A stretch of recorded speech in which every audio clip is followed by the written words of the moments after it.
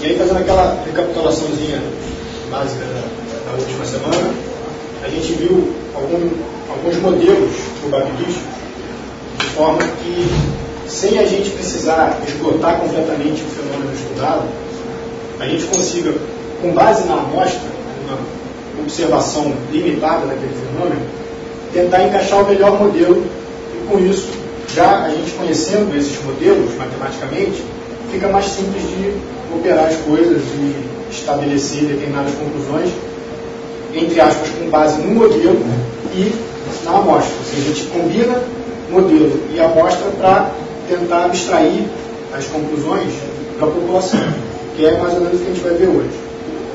Mas ficaram faltando uma dessas distribuições, em termos ilustrativos, que a gente vai também abordar hoje.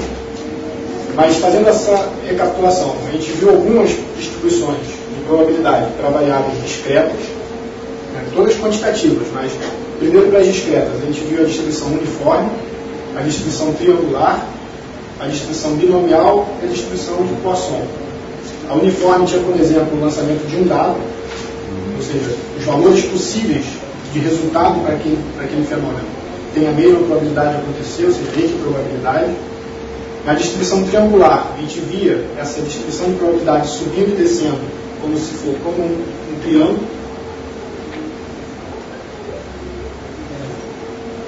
E aí nós tínhamos, por exemplo, o exemplo do lançamento de dois dados, onde o resultado desse fenômeno seria a soma das duas faces. Então a gente vê que a face, ou seja, o resultado mais provável é o 7, que tem a maior probabilidade.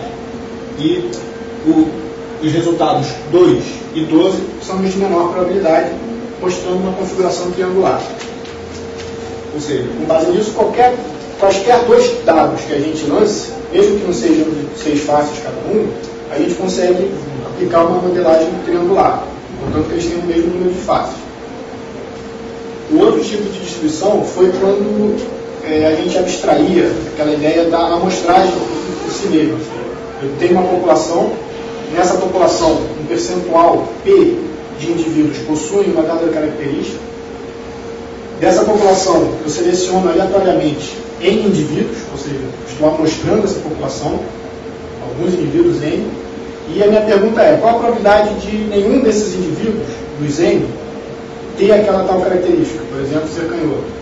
Então, qual a probabilidade de um deles ser canhoto? Qual a probabilidade de dois deles serem canhotos? Qual a probabilidade dos N indivíduos selecionados serem canhotos? Isso quem nos descreve é a distribuição binomial. Aqui, um exemplo onde o N é igual a 3 indivíduos que eu selecionei na população, e é uma coisa didática apenas, a proporção de canhotos na população seria de 10%. E aí a gente teria essa configuração gráfica descrevendo esse tipo de fenômeno. E a última distribuição para variáveis discretas foi uma que envolvia tempo. A gente tinha uma ocorrência dos fenômenos ao longo do tempo, tipo atendimento no consultório, ou entradas numa fila de banco, coisas desse tipo. E, em média, a gente tem tantos atendimentos por unidade de tempo, por exemplo, por dia. Então, no consultório, em média, eu atendo, 5 pacientes por dia. Qual a probabilidade de, em um determinado dia, não atender ninguém? Qual a probabilidade de, em um determinado dia, eu atender 5 pessoas? Qual a probabilidade de, em um determinado dia, eu atender 200 pessoas? Essa é a distribuição que descreve esse tipo de comportamento. Nesse caso, o traçado cinza refere-se a um fenômeno onde, em média, eu tenho um atendimento por dia, e o traçado mais escuro seria um fenômeno onde, em média, eu teria, por exemplo, 4 atendimentos por dia, mostrando configurações diferentes, mas o modelo matemático já está estabelecido. Tanto é que a equação, mesmo que pareça um tanto quanto estranha, é simples de ser resolvida pelo computador. E aí depois a gente viu para variáveis contínuas o exemplo também de distribuição uniforme, onde os valores possíveis também têm a mesma probabilidade de acontecer, equiprobabilidade. Seria, de novo, uma configuração em termos de retângulo. E aí, com base nisso, a gente viu que a altura desse retângulo deixava de ser a probabilidade em si e passava a ser algo que a gente chama de densidade de probabilidade. Essa altura é a chamada densidade de probabilidade. Então, essa curva a gente chama de função densidade de probabilidade. De modo que a integral, a área debaixo dessa curva seja 100%. Então, qualquer função de densidade de probabilidade tem área debaixo dela 1, por definição, devido ao fato de que a probabilidade de acontecer qualquer coisa possível é 100%. A definição da probabilidade do espaço amostral. E aí a última que a gente viu na semana passada foi a distribuição gaussiana, que tinha uma proeminência muito grande na nossa vida, e essa regalia, esse privilégio que ela tem, acaba sendo explicado pelo chamado teorema do limite central, que mostra que quando a gente tem um fenômeno que pode ser decomposto em várias partes, e essas partes se combinam aditivamente, uma contribuição conjunta de forma aditiva, e cada uma dessas partes possui um certo grau de autonomia, ou seja, elas são razoavelmente independentes uma da outra, ou seja, elas não são idênticas uma em relação à outra, de algum modo, se elas realmente seguem esse tipo de roteiro, são aditivas e razoavelmente independentes, quanto mais partezinhas compõem o todo, mais o todo vai se tornar gaussiano, independente de como que cada uma das partezinhas se comporta. Então, mesmo que cada uma das partezinhas seja uniforme, ou gaussiana, ou quadrada, ou triangular, ou o que quer que seja, se eu somo muitas delas, isso tende a uma gaussiana. No limite, quando o número de partezinhas tende ao infinito, a distribuição final tende a uma gaussiana exata. Daqui a pouco a gente vai ver que não precisa chegar muito no infinito, não. Bem antes do infinito, a gente já tem uma aproximação muito boa da gaussiana. Isso é uma coisa muito interessante. E outra regalia da gaussiana é que basta a gente conhecer média e desvio padrão, que a princípio a gente conhece tudo dela. A gente sabe que essa curva gaussiana, que mostra que a maior probabilidade de acontecerem coisas em torno desse pico, esse pico está onde? Exatamente na média. Então, por exemplo, uma população que tem a média de 175,7 centímetros de altura de indivíduo do sexo masculino, o pico dessa curva vai se projetar exatamente nesse valor. Se eu somo um desvio padrão, essa linha, esse ponto aqui, onde a gente projeta essa linha tracejada vermelha, e subtrai um desvio padrão, eu componho um intervalo entre esse ponto e esse ponto, dentro do qual eu tenho um grande número de indivíduos. No nosso caso, pelo fato de ser uma curva gaussiana, é só utilizar aquela formuleta, integrar aquilo, e a gente vai ter que dar aproximadamente 68% de todo mundo. Ou seja, 68% daquela população se encontra dentro desse intervalo, ou seja, com uma altura acima desse valor e abaixo desse valor. Por outro lado, se a gente coloca dois desvios padrões para cada lado, que seriam essas linhas azuis tracejadas, eu tenho um intervalo mais largo, que a princípio, obviamente, vai abranger mais indivíduos e vai aumentar bastante o percentual de indivíduos abrangidos, no caso, aproximadamente 95,4%. Tá bom? Se a gente quisesse colocar mais próximo de 95%, em vez de colocar dois desvios padrões para cada lado, colocaria um pouquinho menos. E aí o número que o pessoal costuma utilizar é 1,96. Em vez de colocar dois desvios padrões para cada lado, colocaria 1,96 desvios padrões para cada lado, e aí o percentual de indivíduos abrangidos seria mais próximo realmente de 95%, sem esse 0,4. E 95% é um valor que em geral nos interessa, tá? Porque já é algo que envolve a maioria de todos os indivíduos. E aí o que ficou faltando era essa última distribuição de probabilidade, que eu faço questão às vezes de mostrar, primeiro porque ela tem um nome que vai ser utilizado num teste de hipótese mais para frente. A gente vai ver por que aquele teste de hipótese tem esse mesmo nome.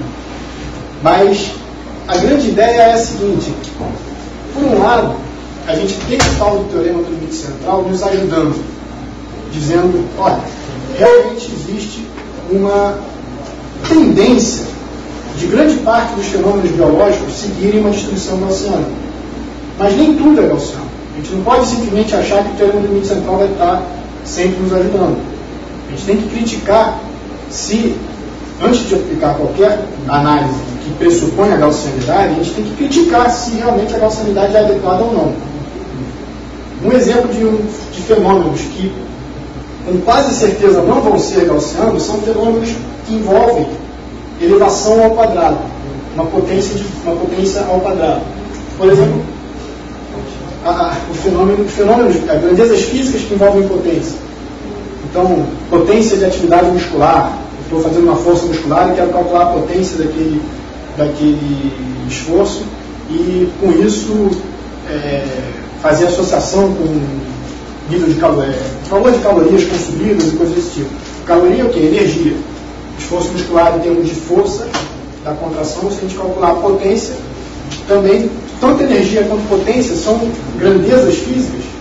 Se a gente lembrar um pouquinho lá da física, geralmente tem um expoente 2, alguma coisa elevada ao quadrado. Então, mesmo que subjacente àquele negócio todo, a gente tem alguma grandeza gaussiana, uma vez que a gente elevou ao quadrado, ela deixou de ser gaussiana. E aí ela seria uma aqui quadrada. Entenderam mais ou menos a ideia dessa aqui quadrada? Eu tenho, por exemplo, alturas. Realmente a altura não vai ter muito. Vou pegar uma outra coisa. Fluxo sanguíneo. E aí, suponhamos que o fluxo realmente tem uma distribuição gaussiana. Ao longo da população, o fluxo que a gente tem, um fluxo normal, quando o coração contrai a sístole, é em torno lá de tantos mililitros por segundo. Quando a gente tenta calcular alguma coisa relacionada à potência que o coração está desenvolvendo para causar aquele fluxo, a princípio a gente elevaria aquele fluxo ao quadrado para calcular essa potência do débito cardíaco, da atividade cardíaca. Como aquele fluxo por si só é uma grandeza gaussiana, sim. Mas quando eu calculei a tal da potência, elevando o fluxo ao quadrado, essa potência já não é mais gaussiana. Tem a ver com o fluxo, mas eu elevei ao quadrado. Ou seja, uma operação quadrática que é bem não linear. E essa não linearidade retirou daquele fenômeno a tal da gaussianidade. Então, e aí a gente espera que chegue uma distribuição chamada aqui quadrada. Só que aqui quadrada é uma família de curvas, uma família de comportamentos. Se eu tenho, como esse exemplo, uma grandeza elevada ao quadrado apenas, eu vou ter uma aqui quadrada que a gente chama de 1 grau de liberdade. Seria essa curva daqui, que cai mais rápido, mas em compensação ela parte de um valor lá em cima, parecendo uma hipérbole, uma curva hiperbólica. Por outro lado, se a gente tem duas grandezas gaussianas elevadas ao quadrado, cada uma delas, e somando, eu também vou ter uma aqui quadrada, só que com 2 graus de liberdade. E aí a minha curva vai passar a ser essa daqui. Cai um pouquinho mais devagar, mas ainda lembra um pouquinho a primeira. Se em vez de 2 gaussianas ao quadrado, eu pego 3 gaussianas ao quadrado e somo, eu vou ter ainda uma aqui quadrada, só que com 3 graus de liberdade. E aí a minha curva vai ser essa daqui, mais bonitinha. Com 4 gaussianas elevadas ao quadrado e somadas. Vou ter uma aqui quadrada com 4 graus de liberdade, vai ser essa. Aqui com 5 graus de liberdade. E aí a gente vê que quanto mais graus de liberdade, mais ela vai ficando desenhadinha. Daqui a pouco a gente vai ver que quando a gente soma muitas gaussianas ao quadrado, eu vou chegar a quem? A gaussiana. E quem diz isso? O próprio teorema de limite central. O teorema de limite central diz o seguinte: olha, não importa quanto é cada uma delas. Se eu somo muitas coisas independentes, essa soma vai tender a uma gaussiana. Então, quando eu aumento o número de graus de liberdade de qualquer fenômeno, aqui, por exemplo, um fenômeno aqui quadrado, eu sempre vou acabar tendendo a uma distribuição gaussiana. E é isso que a gente vai passar a ver nesses slides agora. É muito interessante. Infelizmente, o gráfico tem que ser meio comprimidinho assim, justamente por essa questão de muitos graus de liberdade. Então, a primeira aplicação seria: eu tenho soma de dados de 6 faces. O vermelhinho é o caso de um dado apenas.